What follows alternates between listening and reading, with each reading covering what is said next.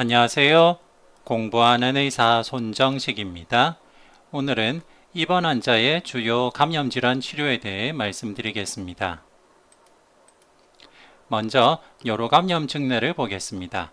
80세 여성이시고 치매가 있으시고 낙상 후 고관절 골절로 요양병원 입원하신 분이십니다. 요실금이 있고 요로감염으로 여러 차례 항생제 치료를 받았던 과거력이 있습니다. 환자분 소변이 지저분하고 냄새가 많이 난다고 간병인이 보고하였습니다. 환자는 오래전부터 소변을 자주 보는 것이 불편하고 속이 불편하고는 하지만 배뇨통은 호소하지 않았습니다. 발열이나 오한, CBA 텐더니스는 없었습니다. 넬라톤 캐스로 받은 소변 검사 결과는 다음과 같았습니다. 검사 결과 오컬트 블러드 파지티브, 나이트레이트 파지티브, 유린 WBC 20에서 40개, 유린 RBC 2개에서 4개, 그리고 매니박테리아가 관찰이 되었습니다. 이 환자에게 무엇을 하는 것이 좋을까요? 첫 번째로 포스포마이신을 3g 1회 복용하는 것이 좋을까요? 아니면 박트림을 2TBID로 3일간 복용하는 것이 좋을까요? 아니면 시프로플록사신 250mg을 하루 2번 3일간 복용하는 것이 좋을까요? 아니면 물을 많이 마시도록 하고 관찰하는 것이 좋을까요?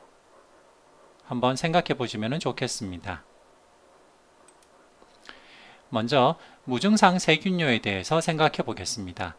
무증상 세균뇨는 상당히 흔합니다. 그리고 장기적인 예후에 영향을 미치지 않습니다.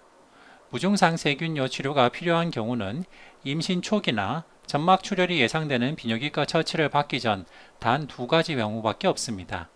즉, 이 2가지 경우를 제외하고는 치료할 필요가 없습니다. 무증상 세균뇨를 치료하더라도 정상성 요로감염 횟수가 줄지도 않고 무증상 세균뇨의 발생도 막지 못하였습니다. 무증상 세균뇨에 대한 불필요한 항균제 투여가 항균제 내성을 유발하고 약제 부작용도 생기게 하는 것으로 알려져 있습니다.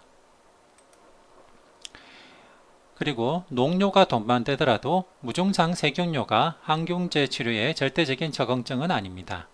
즉, 유리나리시스에서 WBC가 파지티브거나 WBC가 다량 관찰이 된다 하더라도 항균제 치료의 절대적인 적응증은 아니라는 것입니다.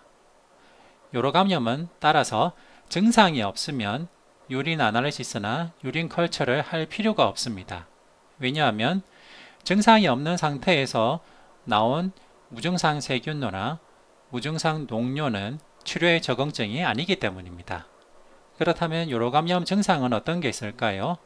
일반적으로는 하부 요로감염의 증상으로는 배뇨통이나 빈뇨, 긴박뇨, 야간뇨, 치골이 불쾌감 등이 있겠고, 급성신우신염의 증상으로는 발열, 오한, 오심, 구토, 멘탈 체인지 같은 전신적인 증상이나 CBA 텐더니스 같은 통증이 있겠습니다. 따라서 무증상 세균뇨, 무증상 농뇨는 치료하지 않아도 되기 때문에 증상이 없는 경우는 사실 유린 아날리시스나 유린 컬처가 필요가 없습니다. 흔히 농뇨가 있으면은 치료가 필요하지 않느냐라고 착각하실 수가 있는데요. 농뇨, 파이유리아는 무증상 세균염이 흔히 동반이 되는 것으로 알려져 있습니다. 즉, 에이심토마틱 박테리아에 동반되는 파이유리아는 요양원이나 요양병원에 입원해 계신 노인 환자분들의 거의 대다수에서 나타날 수 있는 흔한 증상이고, 특히 폴리 카테타를 갖고 있는 분들에게는 거의 대부분 나타나는 현상입니다. 무증상 세균뇨를 치료하면 그래도 증상이 생기는 유리나리 트랙 인펙션을 예방할 수 있지 않을까 라고 생각하실 수도 있는데요. 여기에 대한 RCT가 있습니다. 무증상 세균뇨가 있는 여성을 대상으로 치료군과 비치료군을 비교한 연구입니다. 무증상 세균뇨가 있는 평균 약 40세 정도의 여성이었는데요. 무증상 세균뇨를 치료했을 때 심토마틱 리커런스가 발생하는 경우가 6개월 경과했을 때는 항생제 치료군에서 약 30% 가까이 생겼던 반면에 치료하지 않은 군에서는 10% 이하가 생겼습니다. 12개월 동안 팔로 뵀을 때는 무증상 세균요를 항생제 치료한 분은 절반 가까이가 증상이 있는 UTI가 생겼지만은 치료하지 않은 분은 약 13%에서 많은 시իմ토마틱 UTI가 생겼습니다.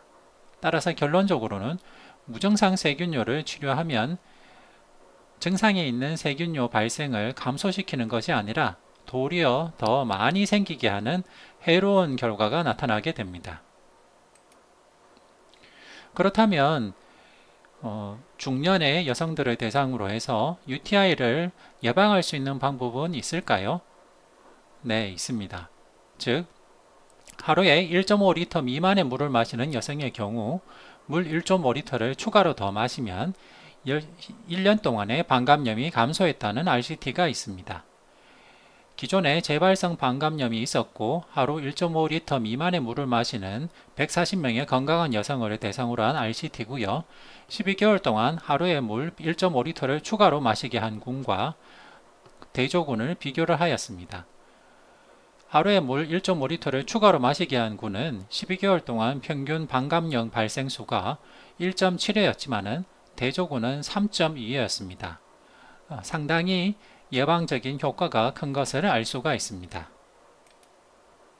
따라서 이 내용을 증내에 적용한다면 증내의 환자는 요로감염의 전형적인 증상이 없었습니다. 하부 요로감염의 증상인 배뇨통, 빈용, 빈뇨, 긴박뇨, 치골이 불쾌감 등이 없었고 급성신우신염의 증상인 피버, 칠, 멘탈 체인지, 그리고 CBA 텐더니스도 없었습니다. 오래전부터 소변을 자주 보는 것은 기존의 요실금 증상으로 보입니다. 그리고 소변의 악취나 혼탁은 UTI를 시사하는 증상으로 볼 수가 없습니다. 결론적으로는 아예 소변 검사를 할 필요가 없는 환자였고 이런 분에게는 도리어 항생제를 쓰기보다는 수분 섭취 증가 등이 권고되는 것으로 생각하시면 좋겠습니다. BMJ의 2012년 발표된 연구 결과를 하나 소개해 드리겠습니다. 스위스에서 시행된 연구였고요. Uncomplicated Lower Urinary Tract Infection 여성을 대상으로 엔세이드인 디클로페낙을 사용한 군과 항생제인 노프록사신을 사용한 군을 비교한 연구입니다. 어떻게 생각해보면 uncomplicated 하지만은 로어 유리너리 트랙 인펙션을 대상으로 왜 엔세이드를 사용했을까 의아하시게 생각하실 수도 있는데요. 연구 결과 3일째 증상이 호전되고 사라지는 것은 엔세이드인 디클로페나군에서도 절반 이상 증상이 호전되었고 항생제인 노프록사신군에서는 80% 증상이 호전되었습니다. 증상이 해소될 때까지 걸린 시간의 중앙값은 디클로페낙은 4일, 노프록사신은 2일로 항생제 복용군에서 증상이 더 빨리 호전되기는 했습니다. 하지만은 3일째의 증상 해결만으로는 엔세이드군에서도 절반 이상이 3일째 증상이 호전됐다는 것을 주목하시면 좋겠습니다. 다만 우려하듯이 파일로네프라이티스의 임상 진단이 디클로페낙군에서 조금 더 발생하여서 6명, 약 5% 정도 발생하였습니다. 그리고 노프록사신 항생제 치료군에서는 발생하지 않았습니다. 확인해 본 결과 신우신염을 진단받은 여성은 베이스라인에서 CRP가 높은 경우가 더 흔했기 때문에 이 논문의 저자들은 다음과 같이 결론을 내렸습니다.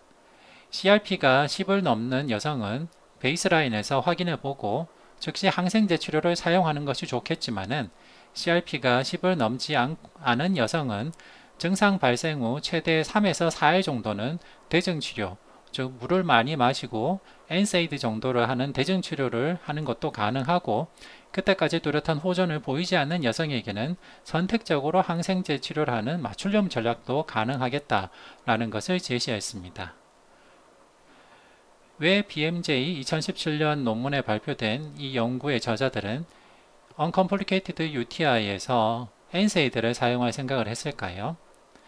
네, 그것은 바로 로우 유리너리 트랙 인펙션은 아주 자주 발생할 수 있는 흔한 감염 질환 중에 하나인데 그 흔한 감염 질환에 항생제를 여러 번 사용하다 보면은 항생제 내성에 문제가 생기게 되고 그러다 보면 나중에 뉴모니아나 sepsis 같은 이런 정말로 심각한 감염이 생겼을 때 일반적으로 쓰는 항생제 내성으로 치료가 잘 되지 않을 위험이 있기 때문입니다.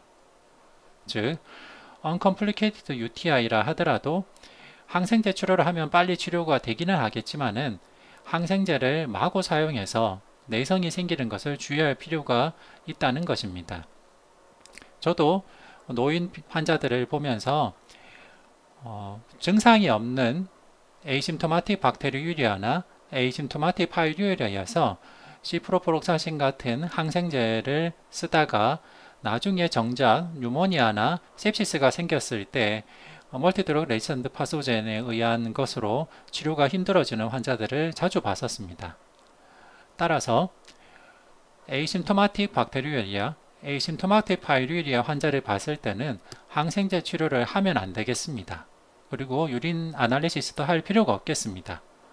그와 함께 항생제 내성이 좀 우려가 되거나 감염 질환이 생겼을 때 항생제 치료에 대한 걱정이 된다면 uncomplicated UTI라면 NSAID를 사용하는 전략도 일부 환자에서는 고려해 볼 수도 있습니다. 이 연구에서 주는 핵심적인 메시지는 항생제는 꼭 필요할 때 아껴서 써야 된다 라고 정리하고 싶습니다. 이상 경청해 주셔서 감사합니다.